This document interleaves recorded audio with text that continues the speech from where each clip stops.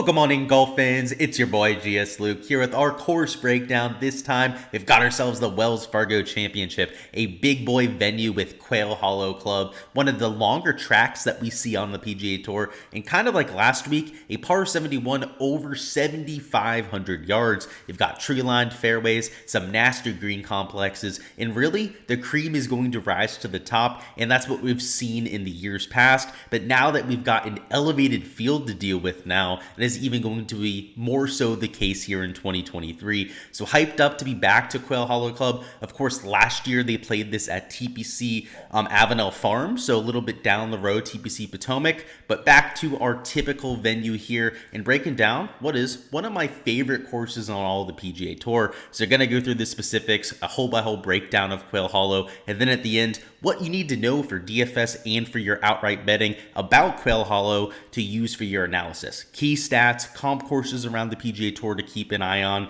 that you can use to identify your top plays of the week. So with a ton to get into, let's go ahead and get this breakdown rolling. Up in Charlotte, North Carolina, we've got ourselves the Quail Hollow Club. Of course, they home for the President's Cup just last year, and really, truly a major championship test. It was played for the PGA Championship 4 or 5 years ago. Of course, you had that President's Cup, and it rewards tee to green play, unlike most courses on the PGA Tour. Last week at Vedanta Vallarta, we saw a course that emphasized that off the tee play. Players that could set it up off the tee, had that extra distance, were disproportionately rewarded around that track. And this week, it's all about the off the tee play and the iron play. The greens around this track are not all that small. In fact, they're right around 6,500 square foot per green. The issue is that when you miss the greens around here, you're dealing with some of the more sloped surfaces that you have in all of the PGA Tour, relatively fast greens, which on the Stit Meter are running at 12 currently per the GCSAA,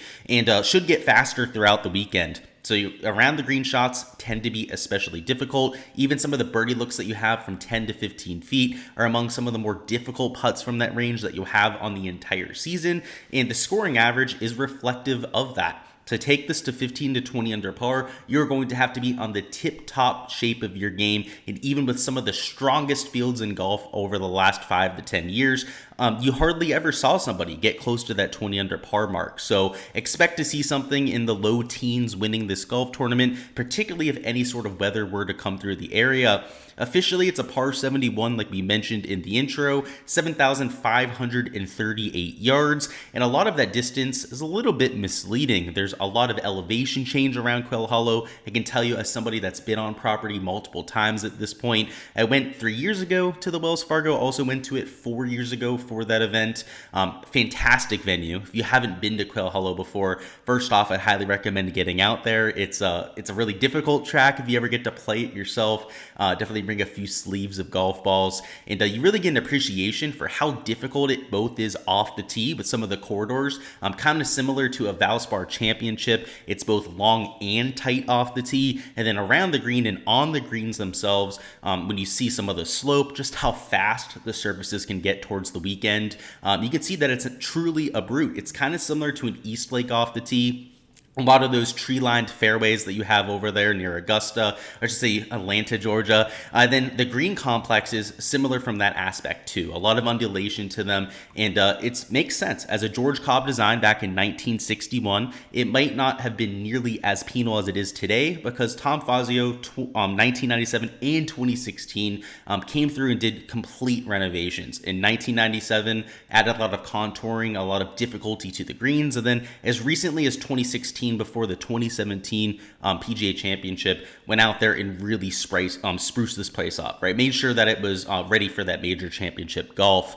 So you're looking at a complete test, but more so than anything, and we'll talk about this when we go through the key stats later on, you're going to be tested from tee to green. Off the tee, you have to be long and accurate. Those tree-lined fairways, those little patches you can get into, can really be troublesome from time to time. And then there's not a ton of water in property. Most of the water comes into play on the back nine on this course.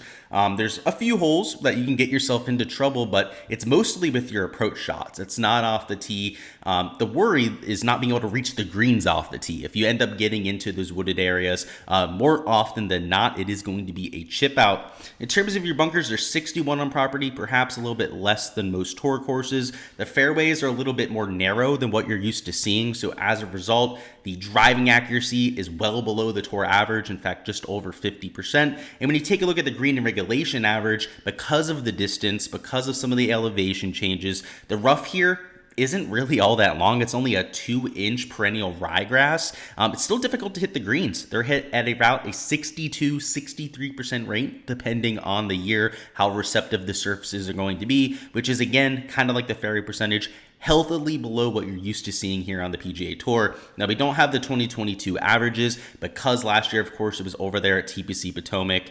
But for those metrics, I'm taking a look at the last 5 to 10 year baseline, which again has every single year been healthily below the tour average. So with hard to hit fairways, hard to hit greens, hard green complexes, as you can imagine, the course plays very difficult. In fact, the cut line at this event since the renovation has been over par every single year. And ever since that renovation there in 2016, the course has also played significantly more difficult. Both around the green shots have gone more difficult. You've seen scrambling percentages significantly lower after renovation than what you've seen before the 2016 renovation. And you've also seen higher cut lines and harder winning scores to come by. So you're looking at a track that was already difficult, but again, Tom Fazio came in here, tried to make it a little bit more of a major championship sort of test, and you can see that with some of the past winners, some of those past scores over the last, I should say, 4 to 5 seasons at this point.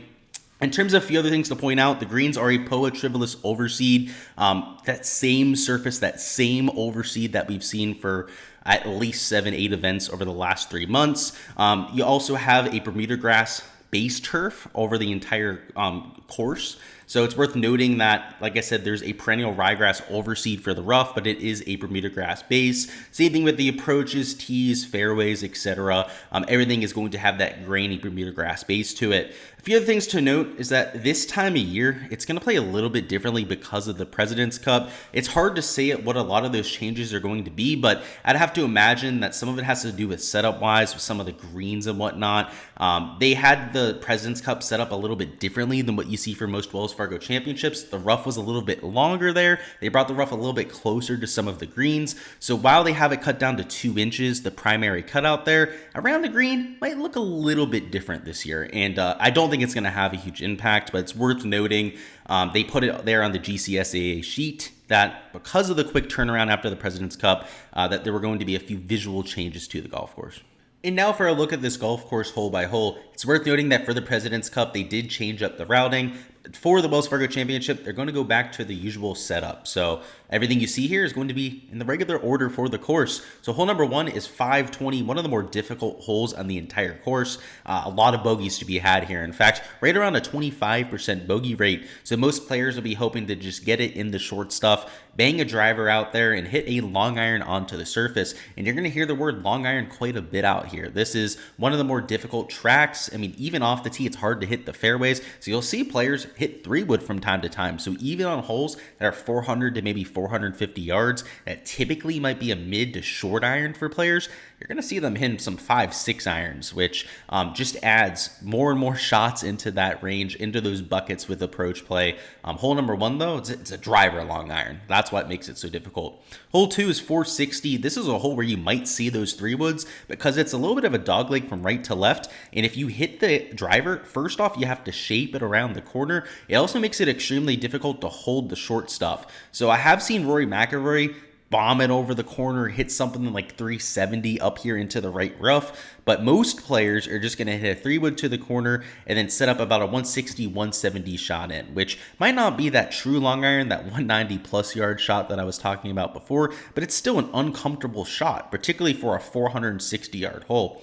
Hole 3 is 519. It's another super long par 4, another driver long iron. So just another hole that you're hoping to make a par on, and really close to a 20-25% bogey rate.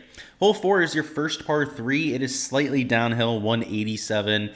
Really narrow surface. You don't have that much depth to work with. So depending on your pin location, particularly a back left, a front right pin location can also be a little bit worrisome, as you have to really dial in your distance control. It's difficult to hit because of how firm these greens are as well. So you're going to see a lot of guys that are over this surface off the tee.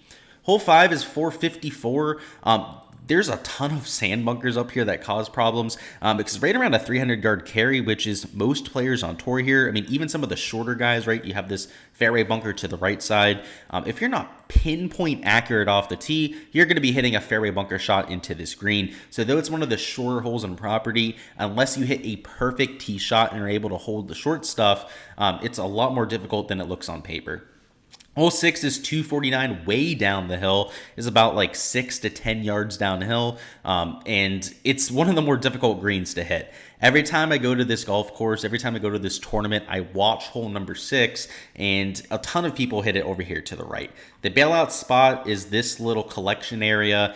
You can access every single pin on the green. If you miss over here to the left, and for Saturday, I believe they use like a back left pin. Sunday, it's the front left pin over here, which is nearly impossible.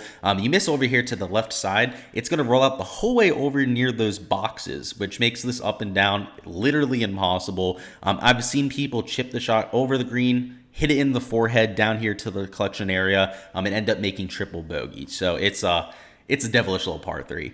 Hole 7 is your first par 5. You have some of the biggest, most magnificent houses in the world to the right side here. I try to point this out every time I do a course breakdown. These houses that you can't really get an appreciation for on this overhead view are literally some of the nicest properties that I've seen in the world. It's also a pretty interesting golf hole. It's a risk-reward par 5. It's reachable by the entire field. A lot of times it'll play downwind too, so you'll see guys even hit like a driving iron off the tee and still go for this green in 2.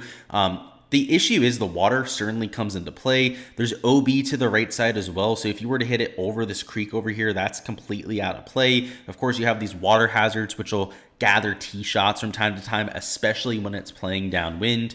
So it's a reachable par 5, but it's definitely got that risk reward aspect. You've got to hit a really good approach shot.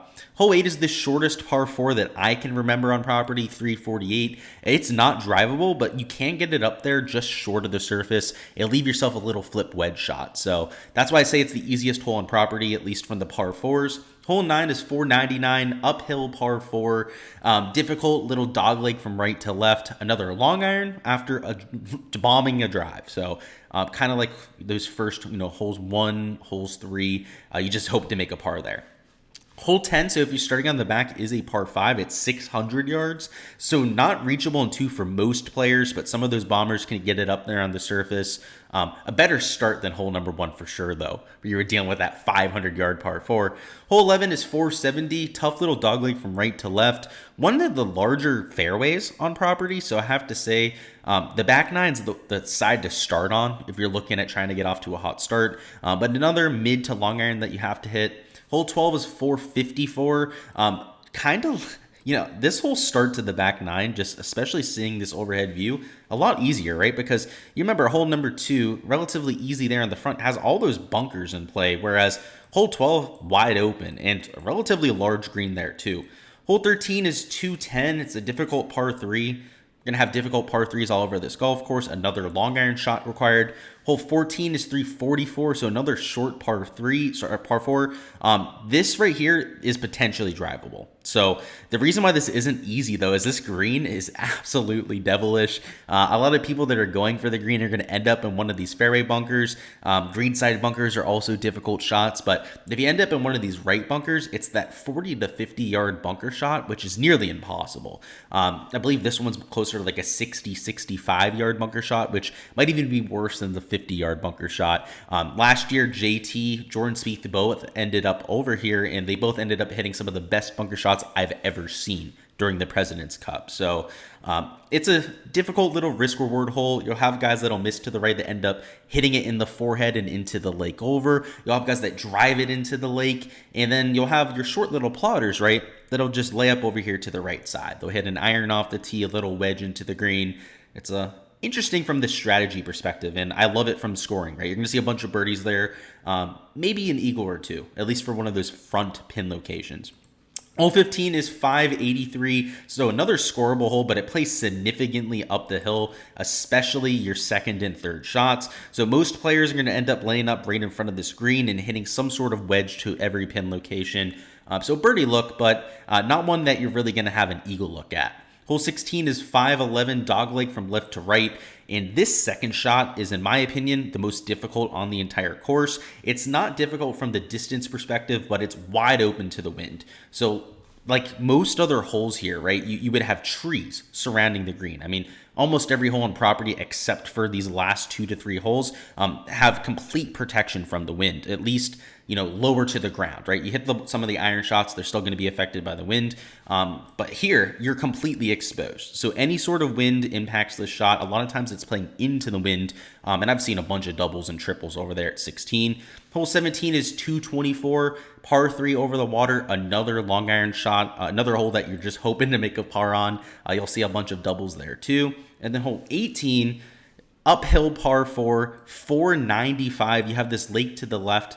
I shouldn't say lake, little creek to the left that ended up gobbling up Rory McIlroy's ball when he ended up winning a few years ago. Of course, he could have hit the ball, but his caddy had him take a drop, which ended up being a really good decision.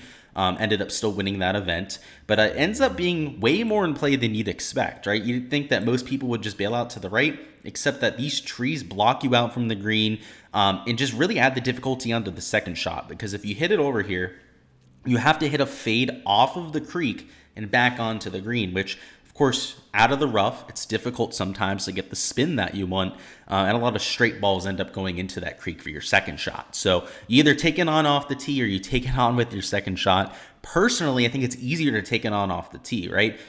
Aim at this creek, you hit a little bleeder fade. That's my shot shape off the tee, so I'd be very comfortable with doing so. These tour pros, if they're able to execute that, get it in the fairway, well, then you're looking at a birdie look. You don't have to take on that creek whatsoever, and depending on pin location, especially if it's a back left or a back right pin, could be looking at a birdie to end your golf tournament, or at least your round for the first 3 days. Now that you've seen the golf course, let's go ahead and go through our key metrics for the week that'll help us identify our top plays and outrights, of course, there on the board. So first off, we've got shots gained approach, and you can see I have it as long irons plus plus because this is a long iron course. You probably got tired of me using those two words. Every single par 3, you're looking at least something like a 7 iron, probably at least a 6 iron for a majority of the field, if not closer to a 3-4 iron for some of those 240, 220 yard par 3s, those par 5s to main long iron shots, and then those 450 to 500 yard par 4s, which are the most prevalent hole at this golf course, are going to demand those shots as well. So I think if you're looking at approach play, that's always going to be a key indicator of success, but especially at this course, you want to take a look at that 150 to 175, that 175 to 200 yard range, and then all those 200 plus yard buckets as well. At number 2, we've got shots gained off the tee, and you can see we're looking at driving distance there a little bit more. This is a difficult, long track, and not only do you need to be accurate, but you also need to be relatively long off the tee, right? Last week, you were mostly looking for guys that were long off the tee because of how wide the landing areas were at Vedanta Vallarta. Here, that's not so much the case. Of those tree-lined fairways to worry about, you can't really miss offline or else you'll be pitching out sideways. The rough here is a little bit more penal than that past Palm rough that you had down there at Vedanta. And on top of that, you also have a lot of bunkers in play. And the more offline you get here, the more and more you're going to be penalized. Whereas at Vedanta, I mean, unless you were somehow stymied behind a tree, you weren't really going to have issues getting to any of the surfaces. So looking for both those accurate and those long drivers. Guys like Rory McIlroy have been prolific at this course. Max Homa, one of the best drivers of the golf ball in the world. No surprise that those guys have been able to find success at this kind of track. At number 3, we've got shots gained putting on the Poa Trivalis Overseed, and that's something that was more prevalent last year than what you saw 2-3 years ago. But ever since that renovation, these greens have gotten a lot more difficult. There's more slope to them. They tend to run a little bit quicker. At least the tour staff, right, has ran them a little bit higher on the stint meter, which has put more emphasis on that putting. And it makes sense from the major championship perspective. If they want to make this a major championship caliber test, putting usually comes into play, and those guys that are used to those slopey, fast greens tend to be guys that you want to target. So looking at that, I mean, we've played on Poa Trivalis plenty over the last few months, so definitely a lot of metrics that we can go off of. A few other key stats I'm looking at. So looking at par 5 scoring, opportunities gained, those are important stats for looking for those scoring players that can go out there, particularly for fantasy, and make a bunch of birdies. Also taking a look at some of our comp courses, which we'll go through here in a few minutes. Taking a look at other Carolina tracks with those, tree-lined fairways. Wyndham Championship comes to mind. I mean, even the CJ Cup has a few holes that have those tree-lined fairways. So trying to get players that can hit it down those tight chutes. Also taking a look at recent form, of course, shots gained over the last 24 rounds. When we get into one of these elevated fields, typically one of the hot hands ends up taking it home. And then also looking at par 4 scoring for 450 to 500 yard holes. There are 7 of those holes on course. I mean, depending on tee locations, of course, it could change a little bit there, but a lot of your par 4s are going to be in that key range. So looking for some of the best scores long term on the tour from 450 to 500 yards is also something that I'm using quite heavily in my modeling. And now for those comp courses. At number 1, we've got the Innisbrook Copperhead course. So home of the Valspar Championship, was there just about a month and a half ago at this point. And a course with really difficult off the tee conditions. Tree-lined fairways, they're tight, they're hard to hit. The rough is about the same length at both courses. And the greens, though they're not like Augusta National with the slopes, they're not super fast running at 13s or anything like that. They're difficult enough to cause you some issues when you're missing greens. So there's a lot of similarities, I say, visually and from the skill set perspective. And both golf courses have the POA Triveless overseeded greens. So there's a lot of crossover there. I think from the ball striking perspective, you're going to see a lot of turnover too. So yeah, maybe it's Sam Burns week for taking a look at the last few years, or even Jordan Spieth might show up. Next up, we've got Torrey Pines, the South Course, one of the longer, more demanding tracks on the PGA Tour. This is all about the ball striking. From agronomy, there's a lot of differences, different part of the country. Visually, could not be more different over there on the West Coast in California. However, from the ball striking perspective, you've got to be accurate and long off the tee, right? You have a course that's really tough rough, right? So it's not really the trees that are the problem at the South Course. It's much more so the rough there, but you've got to hit the short stuff. You've got to hit it a long way, and those long irons are going to be tested. So for players that have had success at Torrey Pines, I'm looking at that crossover.